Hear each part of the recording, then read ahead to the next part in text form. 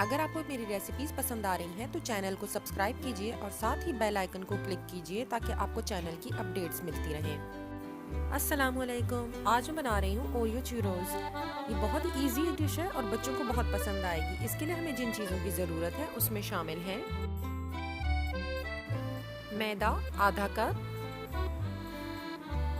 नमक 1 चुटकी, Oreo cookies 12 अदद, पानी 1 कप,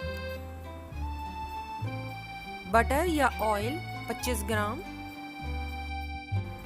लास्ट में इसकी डस्टिंग के लिए हमें ज़रूरत होगी ओरियो कुकीज़ 4 और कैस्टर शुगर आधा कप। इससे पहले ओरियो कुकीज़ को खोलकर उसकी क्रीम को अलहदा कर लें।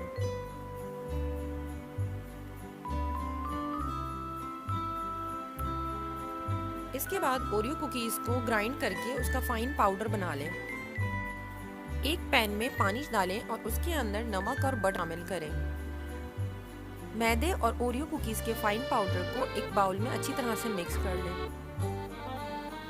अब पानी वाले पैन को गरम करें यहाँ तक कि उसके अंदर बटर अच्छी तरह से मेल्ट हो जाए।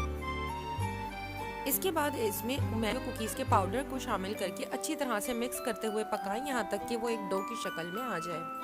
इसके बाद उसे चूल्हे से हटाने के बाद इसमें एक अंडा शामिल करें और अच्छी तरह से मिक्स कर लें। अब एक पाइपिंग बैग लें जिसमें मैंने विल्टन की 1M नोज़ल लगाई हुई है। अगर आपके पास की स्टार नोज़ल है तो आप वो इसमें डाल सकते हैं।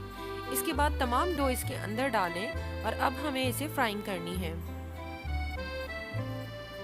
फ्राइंग के 2 मेथड में इस वक्त आपको सिखा रही हूँ। एक में मैंने बटर पेपर लिया है और इसके ऊपर मैं स्ट्रेट लाइंस ड्रॉ कर रही हूँ।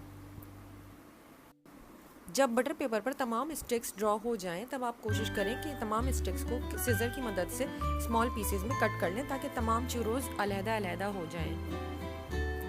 इसके बाद पहला मेथड तो यह है कि आप डायरेक्ट पाइप एंड बैग की मदद से इसे ऑयल में ड्रिप करें। वो कटेगा नहीं, इसके लिए आपको सिजर की ज़रूरत होगी। जितना लंबा आपको चाहिए उतना लंबा आप ड्रिप करें और इसके बाद इसे सिजर से कट करते जाएं। लेकिन इसमें यह है कि आपकी शेप स्ट्रेट नहीं रहती है।